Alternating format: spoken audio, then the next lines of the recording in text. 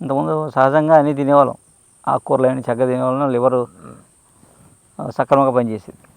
Liver problems మనకి ఎప్పుడు లేవు. అంటే లివరు పూర్తిగా పాడైపోయేంతగా ఎప్పుడు మనం పాడు చేసుకోలేదు. ఎందుకంటే లివర్కి ఒక గొప్పతనం ఏంటంటే తను తాను బాగు చేసిన శక్తి ఉంటుంది అనమాట. లివర్ని ఖాళీగా వదిలేస్తే లంకన పెట్టేసామనుకోండి, మళ్ళీ తను బాగు చేసుకుంటుంది లివర్. అందుకే ఎంత మనం ఇబ్బంది పెట్టినా సస్టైన్ అయిపోతుంటుంది. కానీ అంతకన్నా శృతి మించి మనం పాడు చేసేస్తాం. అందుకు ఇంకా అది తట్టుకోలేక లివరు హార్డ్ అయిపోవడం, సింక్ అయిపోవడం ఇలాంటివి వచ్చేస్తున్నాయి. అంత దారుణమైన ఇబ్బందులు వస్తున్నాయి అన్నమాట. ఇంతకుముందు వస్తే అనుకున్నాం పూర్వజన్మ కర్మ వల్ల వచ్చింది అనుకున్నాం. ఇప్పుడు ఏం లేదు, మన కర్మ వల్లే మనకు మనమే తెచ్చుకుంటున్నాం అంతే. మన ఆహార విధానం సరిలేక ఇవన్నీ వచ్చే ప్రాబ్లమ్స్. సో ఏదైనప్పటికీ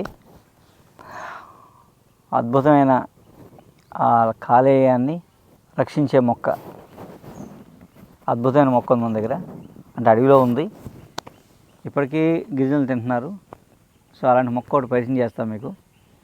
ఇదేం మందు కాదు, మంచి వంటకం, మంచి కూర అన్నమాట.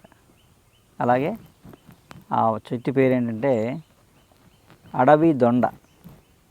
మీకు దొండలో చాలా రకాలు ఉంటాయి. అన్ని ఆకులు ఇంచుమించుగా ఇలాగే ఉంటాయి. ఒక నాగదొండ తప్ప మిగతావన్నీ కూడా ఆకులు ఇలాగే ఉంటాయి. కాయలలో చిన్న చిన్న మార్పులు ఉంటాయి. కానీ మనం చూస్తే దగ్గర నుంచి చూస్తే కానీ ఇది ఏ దొండ అని చెప్పలేము. దొండలో ఎన్ని రకాలు తెలుసా? దొండ, కాకిదొండ, నాగదొండ, ఆదొండ, లింగదొండ, అడవి దొండ, 6 కాచుదొండ, 7 దొండలు ఉన్నాయి. 7 రకాల దొండలు ఉన్నాయి. సో 7 రకాల దొండలకి వేరే వేరే ప్రాపర్టీస్. ఇందులో చాలా తినేవే, అన్ని దొండకాయలు తినేవే. ఒక నాగదొండ తప్ప, నాగదొండని లింగదొండ తప్ప మిగతావన్నీ తినేవి. అవి కూడా ఆకులు తింటారు అనుకోండి. సో ఇందులో మిగతా 3 రకాలు 4 రకాలు మనం చక్కగా తినేవి. ఈ అడవి దొండ మాత్రం కాలేయానికి అద్భుతమైన ఔషధం. దీని కాయలు పలకలుగా ఉంటాయి. కాయ మీద ఇలా పట్టుకుంటే పలకల్లా ఉంటుంది కాయ. ఈ దొండకాయ. కాకి దొండ ఎలా ఉంటుంది? సగం పండిపోయి సగం గ్రీన్గా ఉంటుంది, అది కాకి దొండ.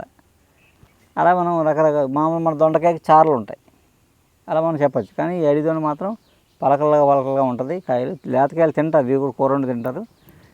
ఇందులో విశేషం ఏంటంటే దీనికి దుంప ఉంటుంది. దీనికి దుంప ఉంటుంది. ఇదిగో దొండాకులాగా ఉంటుంది.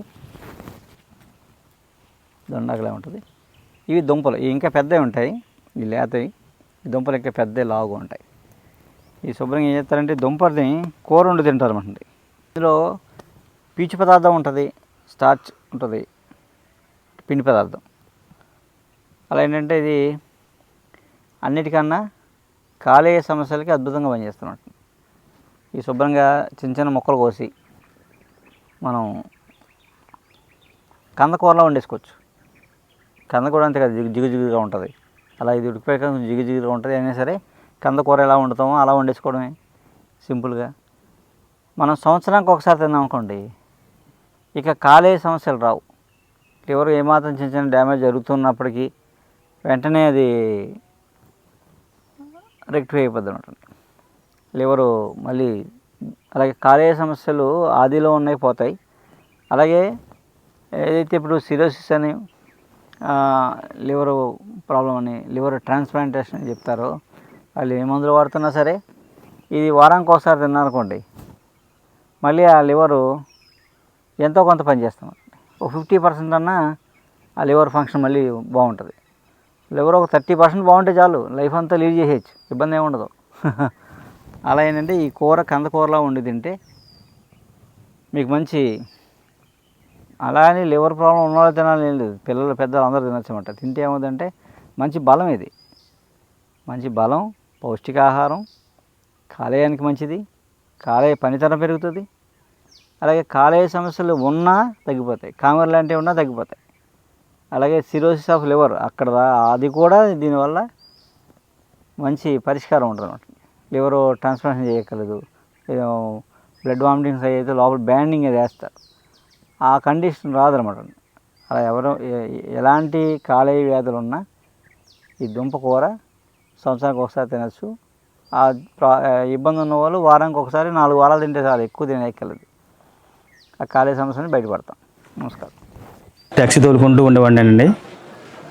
నాకు సైనస్ అనే కంప్లైంట్ ఏర్పడ్డది సార్. నాకు ముక్కులో గడ్డ కట్టేసిందండి. నాకు బాగా విపరీతంగానే ఊపిరి అందిది కదా సరిగ్గా. నాకు ముక్కుతో పీల్చుకునే గాలి నోటితో పీల్చుకునేవాడండి.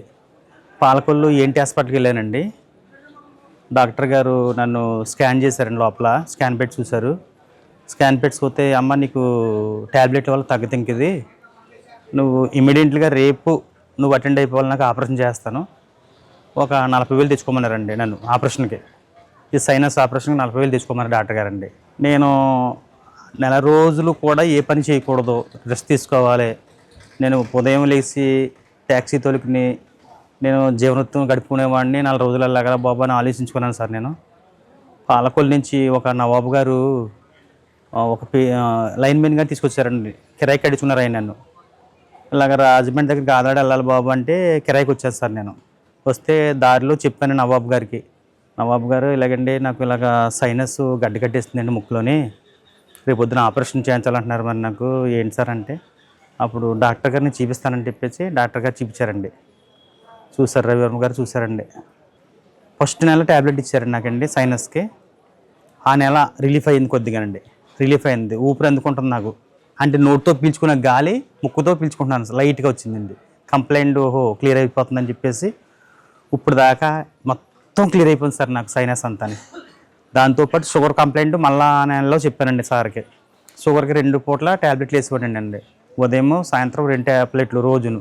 ఏంటి జీవితం అంతా ఈ ట్యాబ్లెట్ మింగుతా అని చెప్పేసి విరక్తి పుట్టేసింది నాకండి.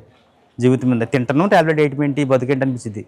ఆఖరికి దేవుడి దయ వల్ల అసలే మన రవివర్మ గారు వల్ల ట్యాబ్లెట్లు మొత్తం 3 నెలలు ట్యాబ్లెట్లు మొత్తం మానిపించేస్తారండి. చాలా ఆరోగ్యంగా ఉంది సార్ ఈరోజు. నాకు చాలా హ్యాపీగా ఉందండి, ఫ్యామిలీతో హ్యాపీగా ఉన్నానండి. షుగర్ వల్ల కంప్లైంట్లు అన్నీ కూడా క్లియర్ అయిపోయినాయండి. సార్ ఇచ్చారు మందులు అట్లు కూడా. ఫ్యామిలీతో చాలా హ్యాపీగా ఉన్నామండి.